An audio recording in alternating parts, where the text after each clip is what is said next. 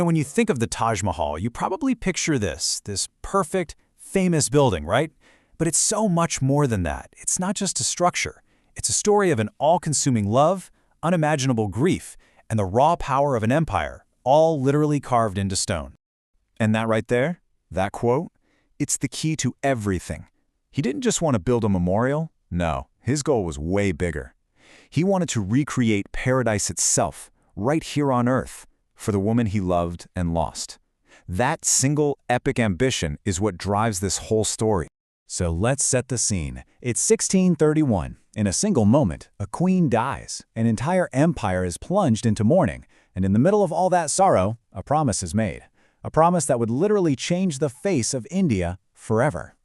All right, so this first part is all about that promise. Because this incredible masterpiece, well, it didn't start with a blueprint. It started with a broken heart. We're going to dive into the human story behind all that marble.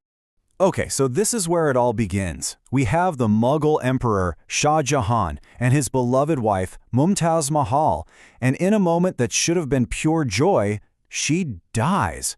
Just after giving birth to their 14th child. Imagine that. She delivers a healthy baby girl and then she's gone. The emperor is just completely shattered.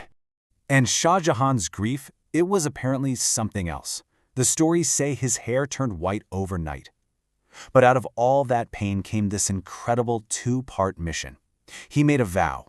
First, he would build a monument so perfect it would embody his love for Mumtaz forever. And second, it had to be a jaw-dropping symbol of the Mughal Empire's power for all time.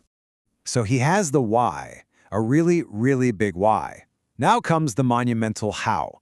I mean, seriously, how do you even start designing paradise on Earth?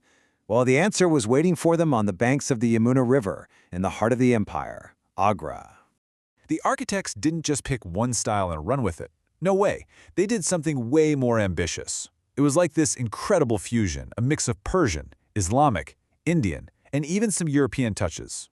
They blended all of it together to create something totally new, what we now see as the absolute pinnacle of Mughal architecture. Okay, this is brilliant. Think of the whole complex as having two distinct zones, two different vibes. You've got the earthly domain, built from this rich, red sandstone. That represents the world of kings and warriors. And then you have the spiritual domain. That's the mausoleum itself, made of that pure, gleaming white marble. It's meant to feel otherworldly, pure, divine.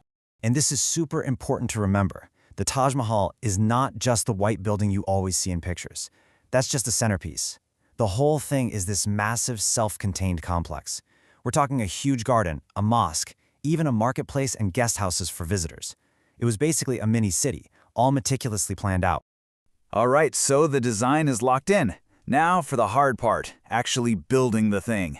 And let me tell you, this was so much more than just architecture. It was a mind-boggling challenge of logistics, engineering, and just sheer human will. Get this, 12 years. For 12 straight years, thousands upon thousands of the most skilled artisans you can imagine, masons, artists, calligraphers, they poured everything they had into this project. It was just a massive, relentless undertaking.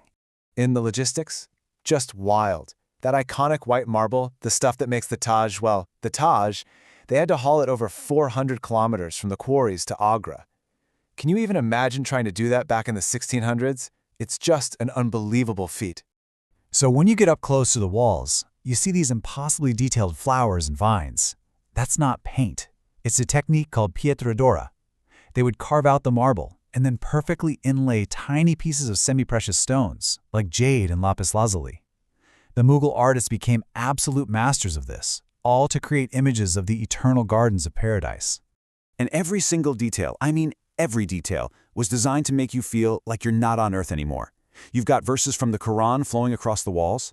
The rooms are shaped like octagons to represent the 8 gates of Islamic paradise. And get this, the echo inside the main dome lasts for nearly 30 seconds. It's designed to sound completely otherworldly.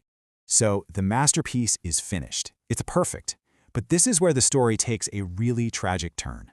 Let's talk about what happened to the man behind it all, Shah Jahan, in his final years. Okay, so check out this timeline. The Taj is completed in 1643. Only 15 years later, Shah Jahan gets sick. His sons immediately start fighting for the throne, And the one who wins, Aurangzeb, throws his own father out of power. Just like that, the great emperor's life is turned upside down. And here's the most heartbreaking part. For the last 8 years of his life, Shah Jahan was a prisoner in the Agra fort, just across the river, and his only connection to the incredible monument he built for his wife was staring at it from his prison window. Can you imagine?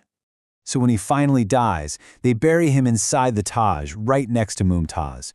But here's the thing, the entire complex is built on perfect, flawless symmetry, except for one thing, his tomb. It's the only thing that's off-center, and the reason why? Well, it's just the perfect end to their story. They placed his tomb just to the side of hers, breaking that perfect symmetry for one beautiful reason, so that his queen, Mumtaz, could remain forever in the exact center of the paradise he built just for her. It was his very last act of love. And you know what? That's the real magic of the Taj Mahal. Centuries have passed, but Shah Jahan's dream is still coming true.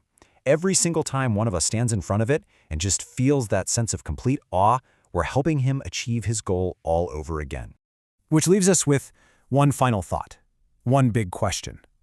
The whole point of this massive, incredible, world-changing project was to make love eternal. So when you look at it, when you hear its story, you really have to ask yourself, did he pull it off? Can a building actually do that?